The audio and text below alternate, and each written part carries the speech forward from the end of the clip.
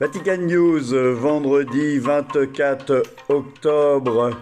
Premier titre, la prière historique du pape et du roi Charles III dans la chapelle Sixtine, un moment important pour les relations entre l'église anglicane et l'église catholique.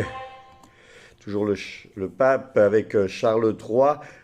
Il confère un confrère royal dans le signe du dialogue avec l'église anglicane.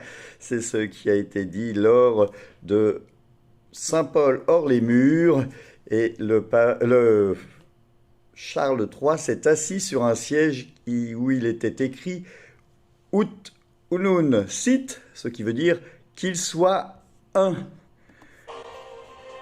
Toujours le pape, c'est la première fois depuis le schisme britannique qu'un roi britannique va prier à côté du pape. C'est un moment important pour l'entente de ces deux religions. La visite du roi confirme la proximité entre l'église catholique et anglicane. Le pape Léon dénonce l'indifférence inhumaine de la société. Voilà, jeudi 23 octobre, dans un dense discours de 9 pages, le souverain pontife américain a critiqué les structures sociales inhumaines qui mènent à la mort et à l'inégalité extrême.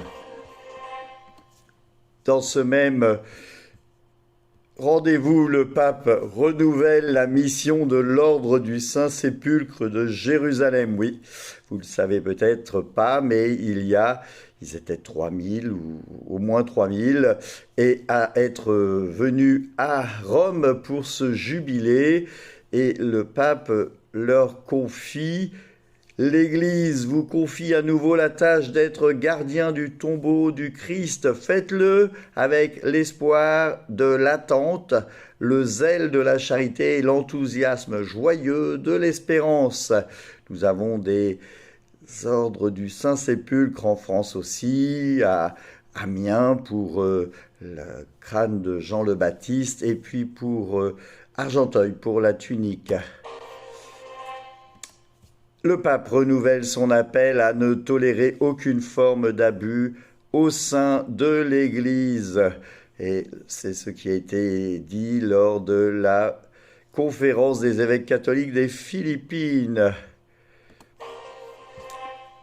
Nostra Aetate, un événement spécial